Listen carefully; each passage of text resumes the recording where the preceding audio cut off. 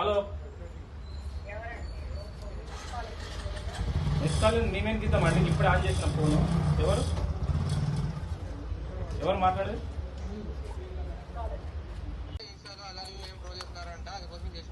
ఎవరు ట్రోల్ చేస్తుండ్రు? ట్రోల్ మీరు చేస్తున్నారు. 5-6 రోజులకెళ్ళి ట్రోల్ మీరు చేస్తున్నారు. నా ప్రశాంతత భంగం కలిగిస్తున్నారు. రోజు ఫోన్ చేసి ఇష్టం వచ్చినా తిడుతున్నారు. ఎవరు మీరు అసలుకి? తలబల కొట్టింది తెలుసా. ఇంతకుముందుకు గతంలో బెనిఫిట్ షో ఎప్పుడు రిలీజ్ అయితే ఫస్ట్ షోకి పోవాలి.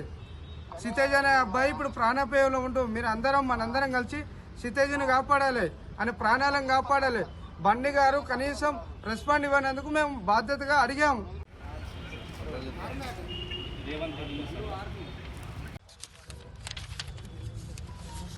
ఇంటర్నేషనల్ కాల్స్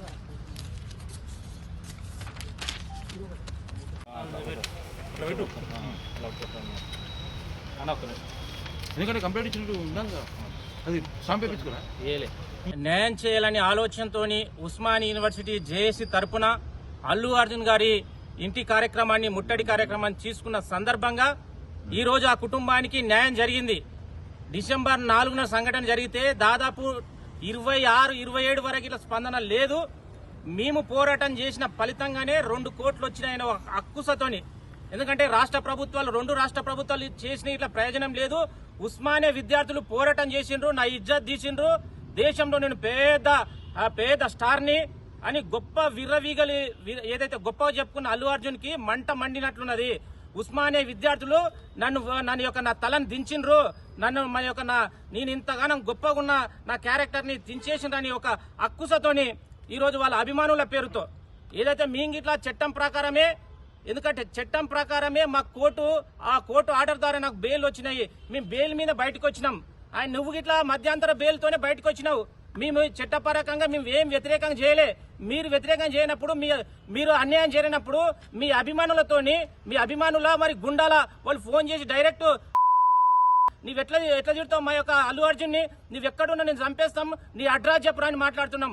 అరే మేము భయపడడానికి మేము అల్లాటప్పగలం కానీ చట్టం ప్రకారం చట్టానికి ఈ వాస్తవాలు చెప్పాలనే ఆలోచనతో మీరు పోలీస్ స్టేషన్ కి రావడం జరిగింది.